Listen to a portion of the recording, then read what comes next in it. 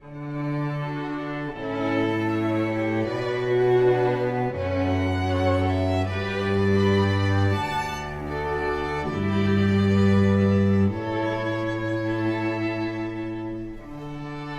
is ThinkTech Hawaii. Community matters here.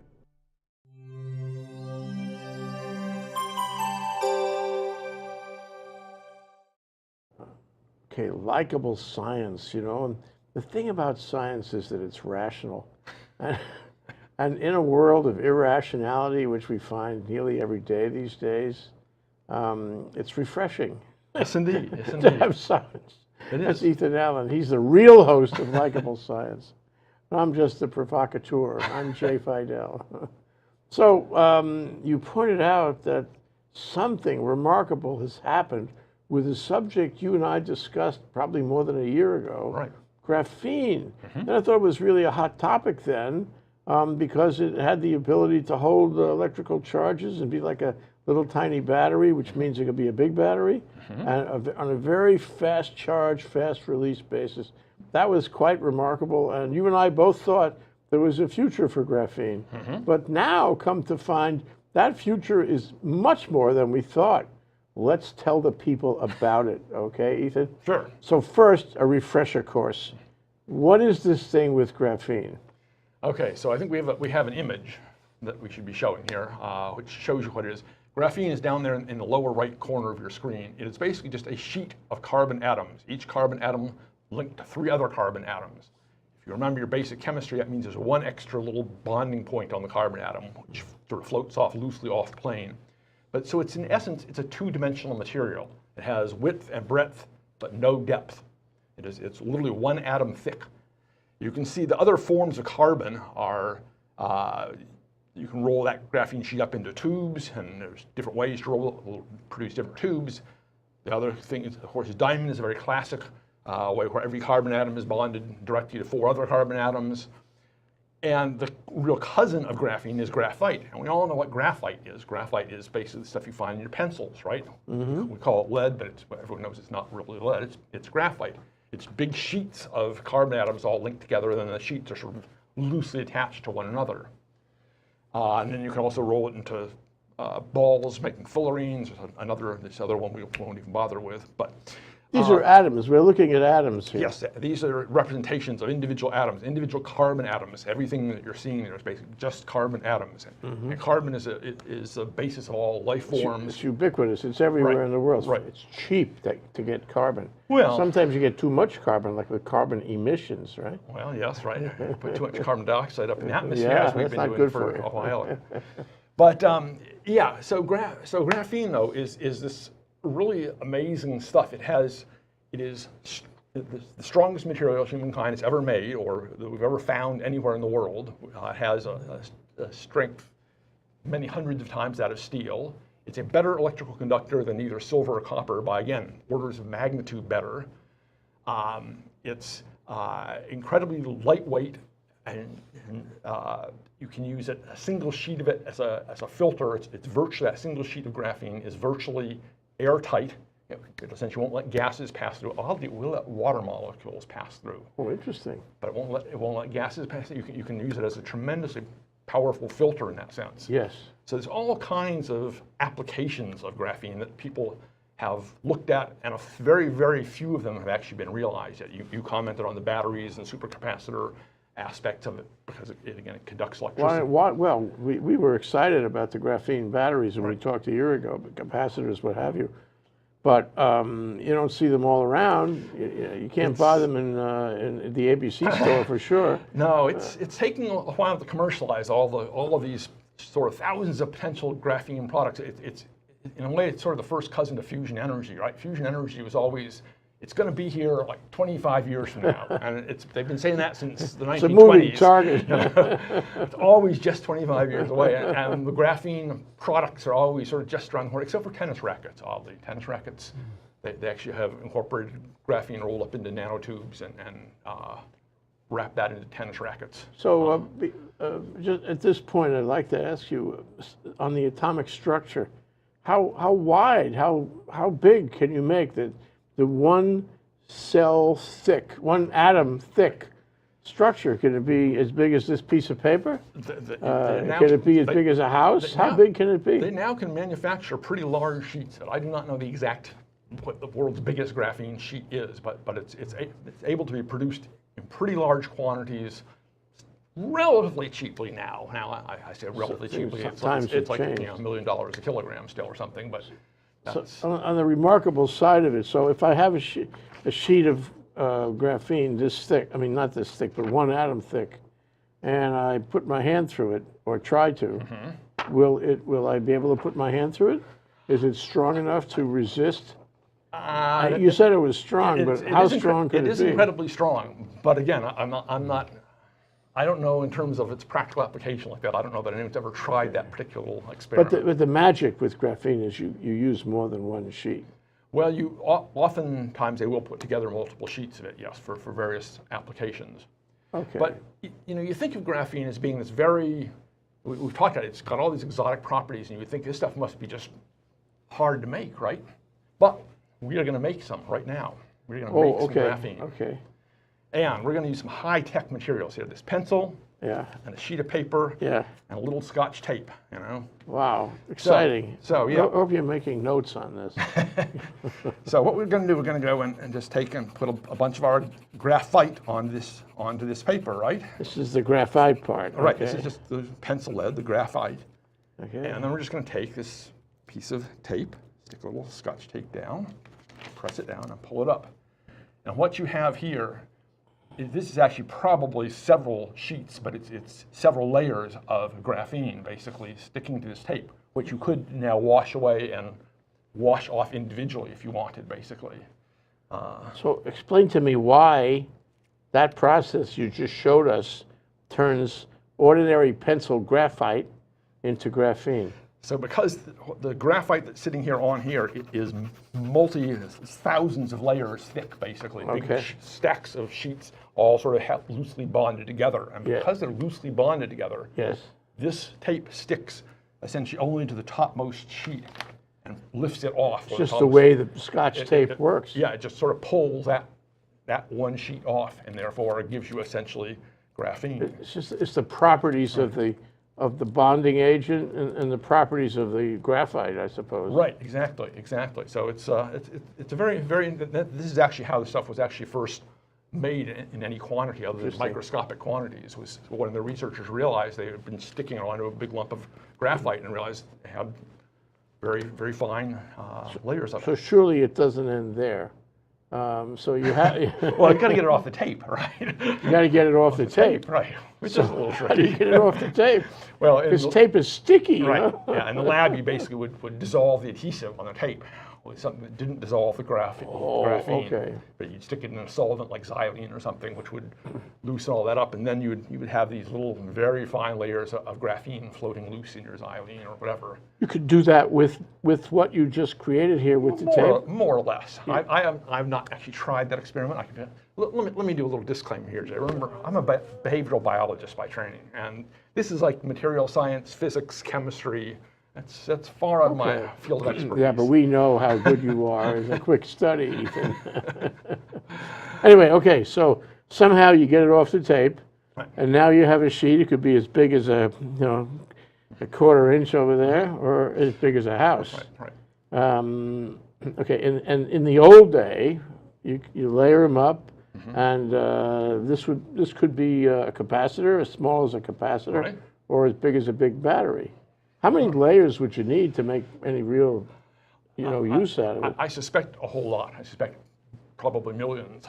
Millions. Okay. I suspect it's at that level. Yeah. So that requires a whole manufacturing process, lay one on top of the other. That's been one of the problems. It's hard to scale this process up to any reason, but they're doing better and better with that now. They actually have systems where they have large drums and they have then vats of carbon black, basically. And they roll the drums through it, and they put them through a heating process, basically, and then sort of squash them down, and then you just peel a sheet of graphene off your drum. So many other things. You can have a great invention, discovery, but you really, in order to commercialize it, you have to manufacture it, and you have to manufacture it at a cost that works in the marketplace. Right. So where are we? Well, so people keep talking, yes, is graphene going to essentially replace silicon wafers in all of our electronics? And it should, rightfully, because it's really better than silicon in a lot of ways.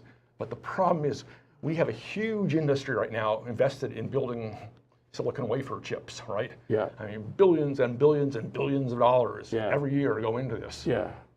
They're not interested. They don't want to retool. They don't want to retool. It's as simple as that. Yeah. But if I come in fresh, right, and I have a little money, then I could make, I'm just guessing, you can confirm or deny, I could make a graphene chip that would be so tiny you could hardly even see it.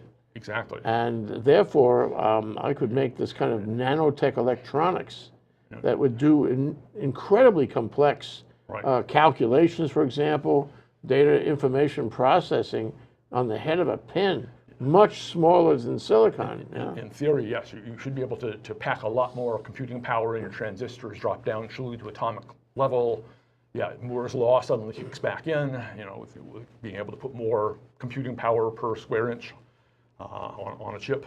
But how would you take the graphene and actually make a circuit out of it? And that's again one of the problems is how do you sort of hook these chips together in a way that sort of matches that very fine scale. They don't have that yet. That's essentially still being a stumbling block. But this new thing that I read, and this was okay. So that's the first part of the show. Oh, okay. That's the part of the show where Ethan told you about graphene and how far it had gone in the classical sense. Kind of this is all just a teaser. It's a teaser, and now comes the real payload here. Okay, so now Ethan, tell us the major change. So, in addition to all these other amazing properties, it has now been discovered that graphene, pure graphene by itself, can be made into a very effective solar photovoltaic converter. So it can convert, pure graphene can convert incoming solar energy into electricity with no other needed parts, basically, just graphene. This is more than the battery thing. Yeah, this is different. This is a completely different mechanism for getting electricity out of solar power. It doesn't involve multiple materials being put together carefully. All it involves is carbon, simple carbon. Act as a solar cell. Yes, exactly. And furthermore, it should have an efficiency of about 60%, as opposed to about maybe the 25% current silicon cells would give us. So again, it has this potential to really revolutionize things. I'd like to add something. Yeah. We learned previously, this is like a serial here, we learned previously that you could use it as a capacitor, therefore a battery. Right. Okay, so the same material, am I right? Right. Same material that can be used as a battery can be used as a solar cell. Yeah. So now you really get interesting, Right. because you could make something that does both. Right. And it'd be very small, very light, and very cheap. Right. Once you get the Sheets of it manufacturing. as your solar collector, rolled up tubes of it as your electrical conduits, going to multiple sheets of it that are making your battery or supercapacitor, storing it. Yeah. This would change energy. It would Completely change energy. and all basically just based on carbon, with very little else. The stuff we don't like becomes our best friend. Well, we all like it. We're all made of it. Yeah. We're made of it. Yeah. Okay, so what did they discover? I mean, what is this? Oddly, the mechanism that allows this is simply changing the shape of your graphene sheets. And it turns out that for reasons, and they're not well understood, this is cutting edge research that literally was just reported out of UC Riverside the other day by a guy named Gabor, Nathaniel Gabor. Okay, wait. So the essence of this is that it changes the shape of the pictures that you showed us earlier. It's a graphene which is shaped. If you cut those sheets into little shapes like ladders or crosses, okay. It turns out that... Oh, wait, don't go too far now, because we're having a break. Okay. And I want this to be a real cliffhanger. This is, we talk about cliffhangers all the time, but this is a real cliffhanger. That's right. Okay, dwell on that, everybody. Okay, and we come back, I'm going to let him tell you what the magic recipe is here, and how the world of graphene, and therefore the whole world, has changed. We'll be right back. Choose to treat it with the help of a physical therapist. Physical therapists treat pain through movement and exercise. No warning labels required, and you get to actively participate in your care. Choose to improve your health without the risks of opioids. Choose physical therapy.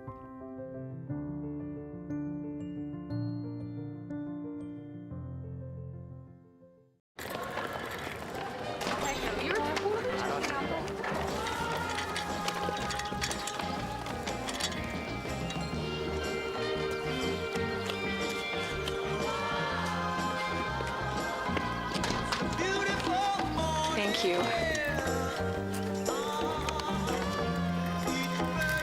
Kindness. Pass it on.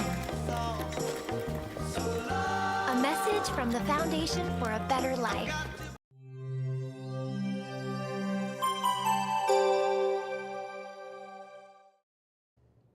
Okay, we're back, and I assume everyone out there is on tenterhooks, because that was a real cliffhanger.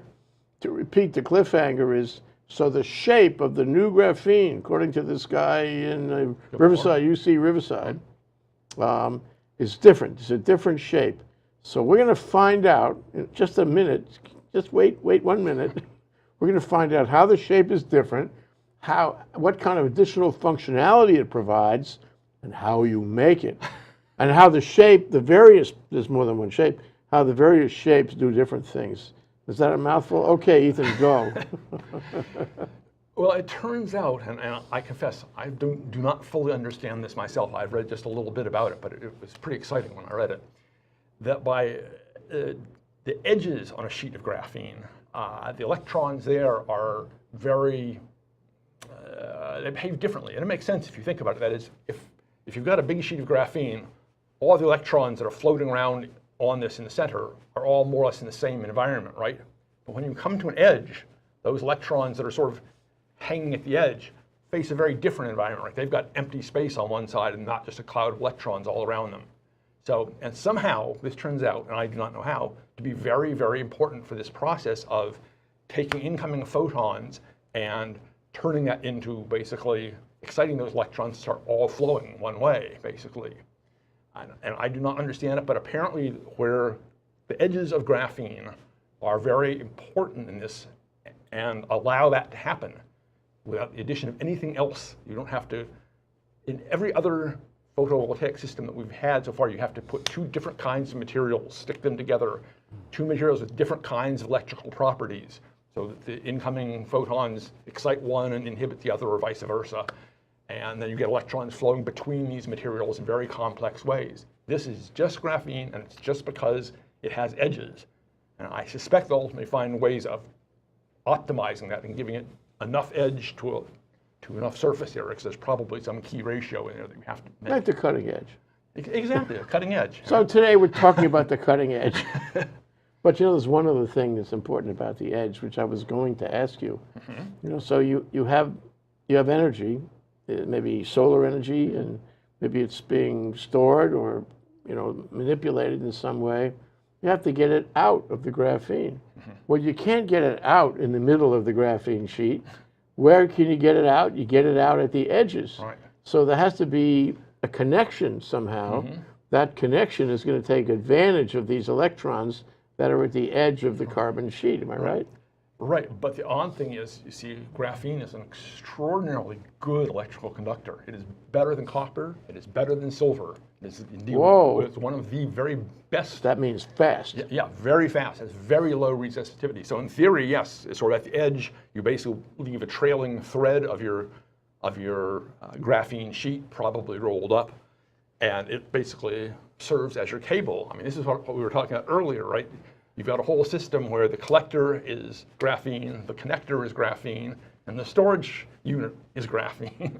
Okay, I have to ask you. In theory, you made it out of this one sheet of graphene. But you know, you're talking about, and I'm talking about, a physical connection with the graphene, maybe with other kinds of graphene, which act as wires.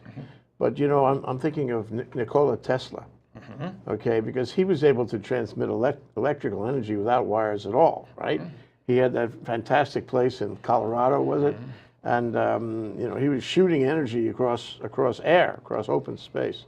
So if I'm just making this up, but if the graphene is the kind of conductor that can, conduct energy very quickly, then maybe it ultimately will be able to shoot energy across open space without the necessity of wires. You don't have to answer that. Just tell me if you think it's a logical possibility. It's a stretch. Okay, all right. I don't want to say Okay, it's well, impossible. yeah. We'll see which comes true. Yeah, things that we say are impossible today turn out to be tomorrow's truth, right? Yes. Okay. Anyway, all right. So he found, the guy at Riverside UC found that he could make a different kind of sheet, and it was faster, and what are the other differentiating factors? Well, it basically nobody had used graphene before directly as a solar converter, basically solar energy converter. It just nobody had really thought. Everyone had sort of, the people who understand graphene understood that should be possible, but nobody had really figured out how to do it. So this is a use thing. Yeah. And this guy figured out it's just sort of snip, snip, snip. You cut it into interesting little shapes. Yeah. So if I have a flat sheet of graphene, just that size of the paper or whatever, that's a superconductor. Right. But if I want to have a solar panel, that's a different shape, right? You probably have to start cutting chunks of it on out and making it like a little flat ladder or something like that. Yes. What does it look like? Do you know? You know it's different. Yeah. All I know is they tried various shapes, and they say there are various shapes. And I believe that it actually, again, as you were saying earlier, you actually use a full sheet, and then you put this sort of crosshatch sheet on top of it or underneath it. So it's a combination of sheets and shapes. And I think that's part of the deal. Again, this is all a little unclear to me. But so the advance here, the contribution to science, it's to me, I mean, at the atomic level, is that this guy found, Gabor is his name, he found a way to actually reshape the graphene or cut it and make different shapes out of it.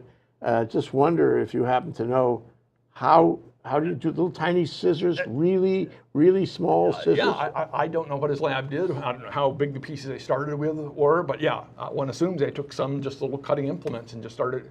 And I don't know how they even caught on to that idea that really it was an edge effect, not a sheet effect.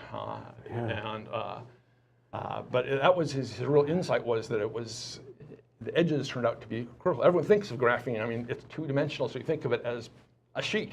So let me get this straight. So a sheet alone by itself, we know is a super fast conductor.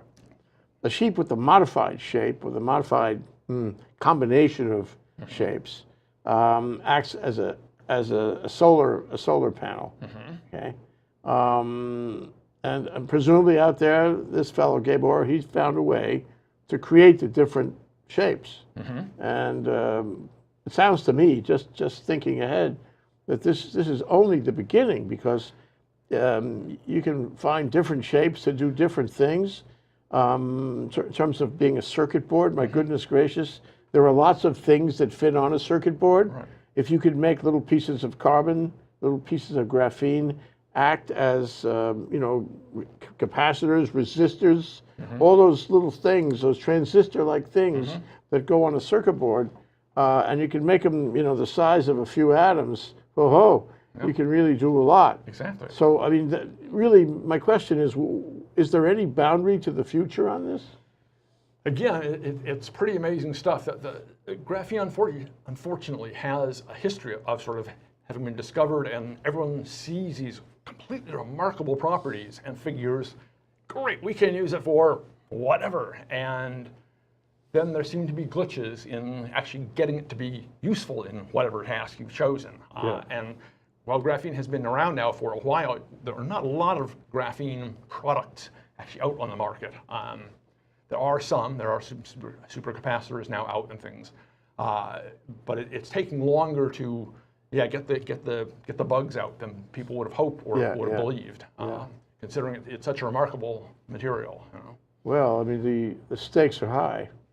I mean, if Gabor, or somebody else can do a combination of layers and create, three things: the solar cell, the conductor, and the capacitor battery affair, he has just made renewable energy available to everyone in the world, and is changing energy completely. Right. So it's worth it that, Gabor, keep on working.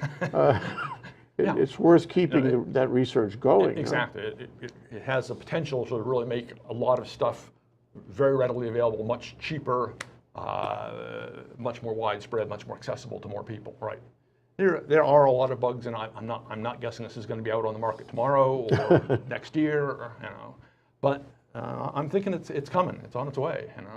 Well, let's talk about how we can track it and find it, and it's God, in terms of energy, is the most exciting thing possible. It's like you were talking about better batteries, and every time anybody invents the slightest improvement, on classical batteries, it's a big news thing.